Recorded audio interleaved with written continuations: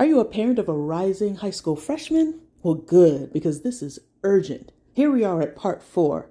Extracurriculars equals skills plus connections and fun. So imagine you're at a school gym clapping for your kids who are on the court playing, and your friendly academic advisor, namely me, is talking to you. Are you ready? Okay, clubs, sports, volunteering, this is where the magic happens in high school. Grades do matter, but experiences make the application stand out and make high school less miserable. Scenario time, especially if your kid didn't bring all their friends to their high school. Your teen starts high school pretty lonely. You nudge them toward a photography club or debate team, and suddenly they've got friends, leadership roles, and future letters of recommendation, plus something to look forward to every single week.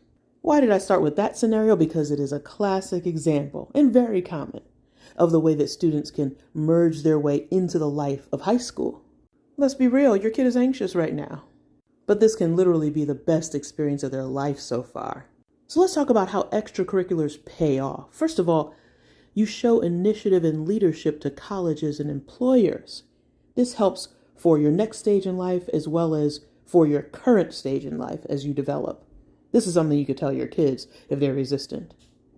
Second of all, you get to build soft skills like teamwork and communication and grit, which are really, really helpful for them and their development. Third of all, you unlock hidden scholarships. Yes, there's money for chess players and drummers and all kinds of students involved in all kinds of organizations. And fourth of all, you get to expand your horizons. For example, a kid very often says, I didn't know I liked robotics until I joined. Or fill in the blank for lacrosse or chess or whatever they're into. So as a parent, what can you do? Well, first you can ask what excites them. Don't force what you loved at their age, but find out what excites them, whether it makes sense to them or not. And make sure they say a little bit more than sleep in video games, although the latter is a billion-dollar industry. Another thing, offer rides, offer support, offer encouragement, not pressure. You know how your kids are. Sometimes they're resistant if it even feels like pressure. And then the third thing is celebrate small wins, like their first performance. Always be there for them. Their first tournament, their first volunteer gig. Always celebrate how much they've been able to achieve, whether they won or not, whether it led to a paid job or not. These are the formative years, and everything counts and everything helps them toward who they're going to become. But the last thing you want to do is let them kind of go through high school, going to class and then running home, and that's it. That's really not what high school is about. You might say, oh, but he doesn't want to do anything. But you're the parent. There has to be a way to broaden your kids' horizons.